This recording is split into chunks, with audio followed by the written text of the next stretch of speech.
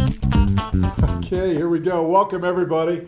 This is Welcome to the CEWT podcast, and thank you all for joining. I'm Gary Salazar. I'm the Director of Continuing Education and Workforce Training here at Idaho State University.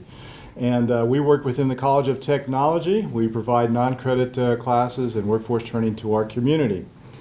Today, joining us is J.R. Farnwoth. He's a firefighter and an EMT working out at the Chubbuck Fire Station. Yep. Thanks for joining us. Thank you for having me. We'll be talking with JR about the upcoming summer's Junior Firefighting Camp. This is iteration number 2.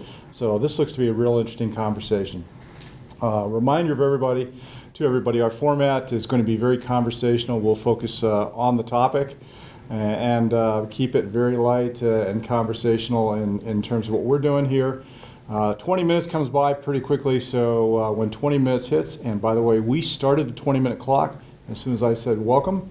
We'll go ahead and wrap it up at that point when the buzzer hits. So that's our format, and here we are today. JR, again, welcome. Thank you. To CEWT Talk. This is Continuing Education and Workforce Training podcast. Let's go ahead and get started. Maybe you can tell us a little bit about yourself, your background. You've got a pretty good history there. I've been a firefighter now for almost 9 years with the Chubbuck Fire Department. 9 years of that has now been paid call, but the last 3 years I actually have been a full-time career firefighter for Chubbuck. Been excited about being there. Looking forward to making some changes and, inspiring youth to actually come up into the fire ranks. So kind of give you a little bit my background, my resume. So I actually have my Bachelor's of Science in Fire Science that I achieved last year from Purdue Global. And now I'm working on my Master's in Business Administration as well. Whoa, Almost complete with that. So working on the educational degrees. One of my career goals is to actually go through National Fire Academy and get my Executive Fire Officer. So some of the things I'm working towards. I have family history in the fire service. My grandpa used to be the oldest retired firefighter in Pocatello. Served in for Pocatello Fire from 1940 to 1972. And so he was a lot of the inspiration to me becoming a firefighter. And now my cousin is a firefighter up with Idaho Falls Fire Department. He's a captain up there. I have a second cousin that just barely hired on with Pocatello Fire Department. So we got some family history throughout the fire service here locally. That's pretty good. That's very cool. That's an extensive history, a lot of background here in Idaho.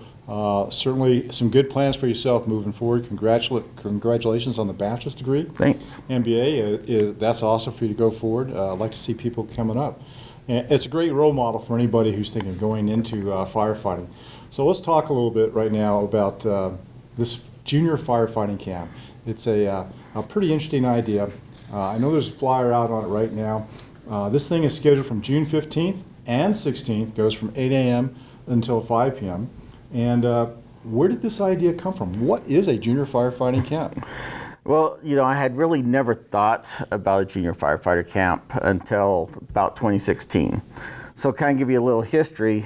I turned 18 years old, thought about being a firefighter just like my grandpa.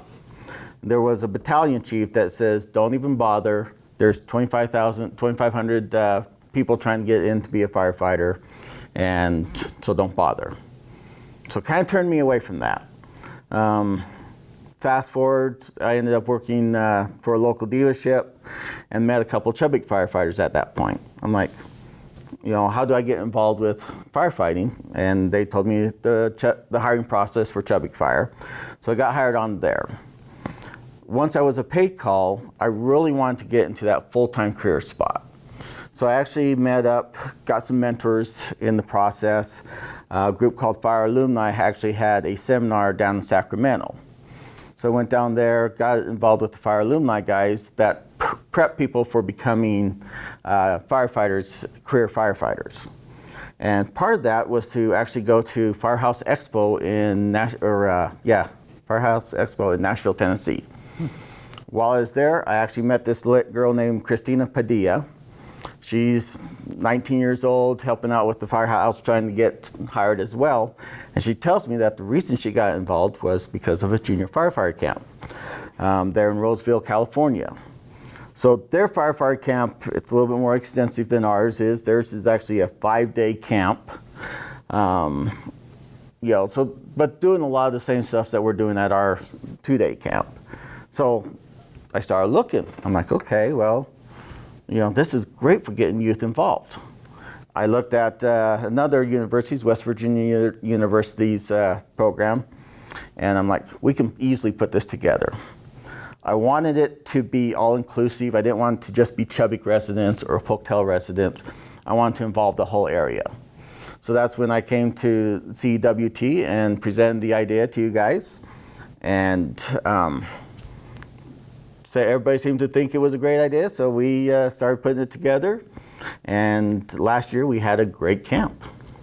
Yes, we did. We've gotten a lot of great feedback from that. So let me go back a second. That's a tremendous kind of a journey there to get to this point. So you met another person who's putting on a similar camp in California, and this is for their youth. And they were going to, the youth would come and join, and they'd experience similar types of activities. Except for she was actually one of the youth going through that deal. So she was giving, she went through it and gave me the ideas of what they did. Ah, that's awesome. Do you know if she got hired? I'm not sure if she got hired or not. Well, good for her, and good for you taking that idea. So here we are. Last year, you had the first ever junior firefighting camp here in Chubbuck. Mm-hmm. It was out at the firehouse. And tell us a little bit how that went. I mean, what was the how many events did you have in there? Who attended that? We had a total of about 16 events going on, 16 different stations. We had put on turnout gears. We're in the SCBA, which is the air packs that the firefighters wear. We talked about fire apparatus, did some forcible entry. That was one of the highlights because the kids got to actually force the door open. Did work with fire extinguishers. We did stop the bleed. For some reason, lots of the kids like to see a lot of the gory stuff. So for some reason. For some reason. But it was important on that stop the bleed for me because I wanted kids to also know how to basically save somebody if we have a critical incident. That seems to be happening more and more. So I thought that was an important one for them to learn. Of course, we got to play with hoses and ladders. And so it was a great time for everybody. How many days was that event that we had? That was a 2-day camp, and we actually had 17 campers basically come and participate. And we did 13 to 18 last year. We decided this year we're going to move it up an age group for 14 to 18-year-olds. 14 to 18. We think that's a better group right now for the learning that goes on? Correct. All right. That's tremendous. Okay, so we got feedback on it. Did you get some feedback from the kids who were there? What did they tell you? Kids told me they totally loved it. Again, they Stop the Bleed was one of their favorite stations. You also, forcible entry, doing the search and rescue, climbing ladders.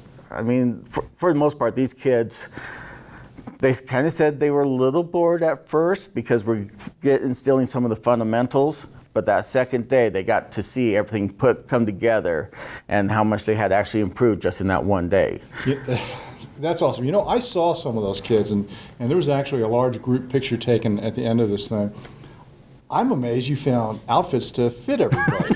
I mean, you had some little kids out there, and they're wearing a full-fledged fireman's outfit. I mean, where did you get all that gear?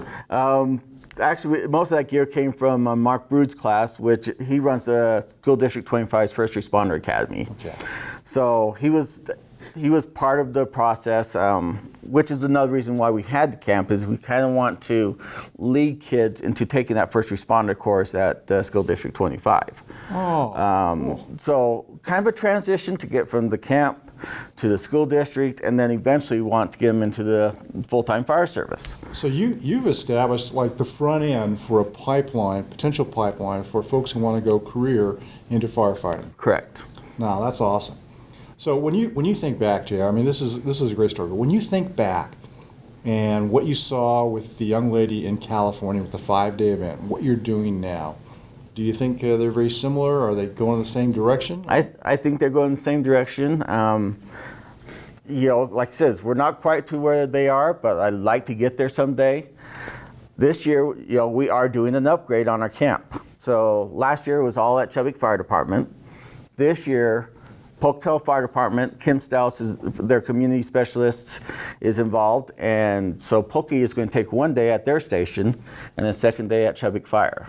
So you're splitting it up this time? We're splitting it up this time, so both agencies get to share this experience with the youth. No, that's terrific. I think that goes along with your earlier idea of being inclusive, but I'm curious, why did that come about? Did they look at you and say, hey, we want to do this too? Or did you say, I think this is a great thing, why don't we all get involved in it? How did that come about? I had the idea of, I basically wanted to start involving more agencies, and so I reached out to Kim, said, Kim, would you like to join our youth here? And of course, she was all over it, and they've been a great support for getting this developed for this year.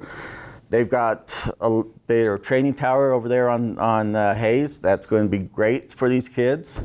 Chubbuck, unfortunately, doesn't have one of those great training towers, so we're looking forward to sharing some of our apparatus and equipment with the youth. Now that's great. So we're going to add in a new training tower. That's that tall tower out there behind the fire station. Yep. And what else is new this year besides the 2 sites and that training tower? So we are doing a couple different stations. We're repeating some of them, but we also are adding some extra. So extrication demonstration, we're adding some length to that.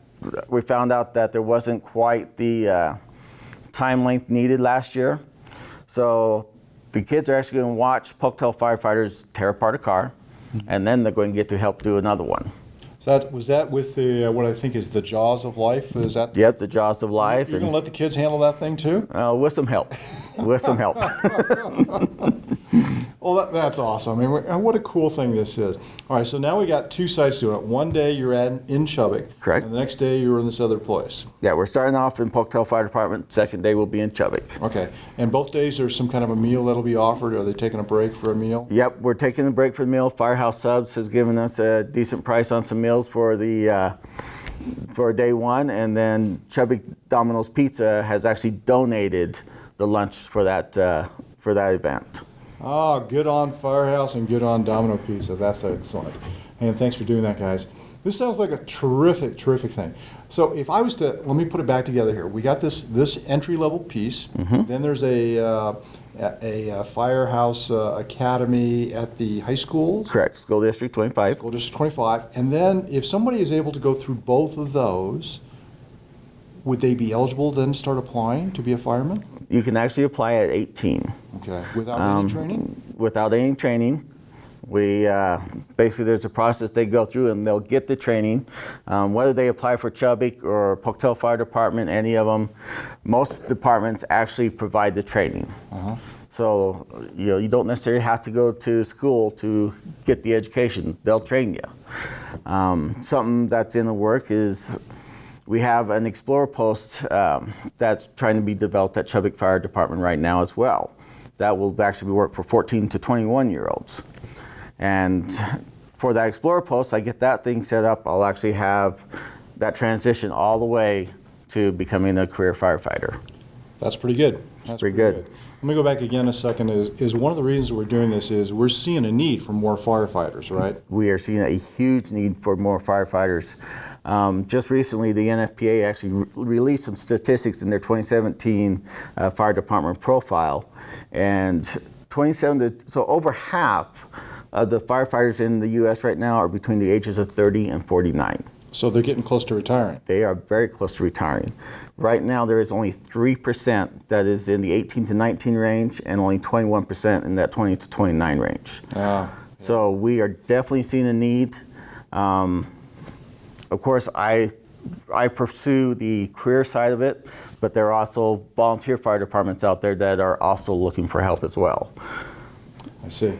Okay, so one of the cool things that I'm getting from this is we have a workforce issue in our country with firefighters, and that's so. Around our nation, right? Correct. And it's not. This isn't the only industry. A lot of fields are facing the same thing. But this event, this little summer camp, is helping set the stage for a pipeline for new firefighters coming up. Correct. I mean, so you're putting in a lot of work in this thing, and it's gonna pay off. You've already gotten a lot of interest from this. We did a catalog with CEWT. We put that picture on there, and we got a lot of positive feedback from parents and folks who saw that. So, I mean, that was really nice in itself, but it helps highlight that this is a great career. It's a great field to get into. It's the best job on earth. The best job on Best job on earth, right there. All right. So I think I've got the picture here. But are you aiming towards a 5-day camp, or is 2 days it? What do you see in the future for this? I see in the future, I believe we could actually get a 5-day camp involved. Basically, it would take having, of course, more agencies involved. We got a lot more agencies we can still reach out to. There's actually another group called the Eastern Idaho Fools that they're actually a group of firefighters that are involved deeply into training. And so Did you say Eastern Idaho Fools? Fraternal Order of Leatherhead Society. Okay. But yes, we're called the Fools. All right. So I'm involved with that group, and I'd like to eventually see that group possibly take this on as part of their training as well. And if we get that to happen, I could easily see a 5-day camp happening. Well, that would be great. Now, is this only in Eastern Idaho, or is something similar taking place in other places around our state? Actually, I haven't seen one anywhere else. I'm not saying that there isn't one. There's a lot of fire conferences that go on for firefighters, but I haven't seen too much for the youth. And I think the youth is really where we need to start building that structure for the next generation of firefighters. Capitalizing on that great interest, getting them to see that it's very doable, very possible. You know, another thing that happened last year at this, I saw it during the last event. You had a burn. You had a controlled burn, Yes. right? And that was pretty awesome because you kept trying to show how fire's controlled by the draft, by the air that was there. But there was this tall guy lurking around out there. It was Mayor England. Yes. He was walking around and scoping it out. He saw the whole thing. Did you get a chance to talk with him or see what his thoughts were? Mayor England was very impressed with it. And it is something we will be doing again this year. I think it's important to really show people how fire behavior, such as closing your bedroom door, getting that bedroom door can actually help save a life. How opening windows and closing windows actually cause fire to move throughout a structure. So this year, we're going to again send that invite out to the city councils, both Pocatello and Chubbuck. So hopefully we'll see Mayor Bladd this year. Yep. And we'll get Mayor England there again. And we're also bringing some of our sponsors in. We got some, those that have stepped up on the sponsorships. We got some special plaques for them this year. So we're going to invite them out to also come in and watch us burn down the simulated house. I thought that was the neatest event out there, and certainly all the kids, everybody who was participating, they were keenly interested in watching that. There's a lot of comments from them about, go ahead and burn it up, or open that up. That was really neat for them, after you'd also had the time to explain it to them. There is something else that happened since then that I want to talk with you about, but first off, what are the challenges you see to putting this on as we move forward? You mentioned getting more people involved in associations. But are there challenges that, you go back and you go, I wish there was a way for us to get past this? Is there anything coming up?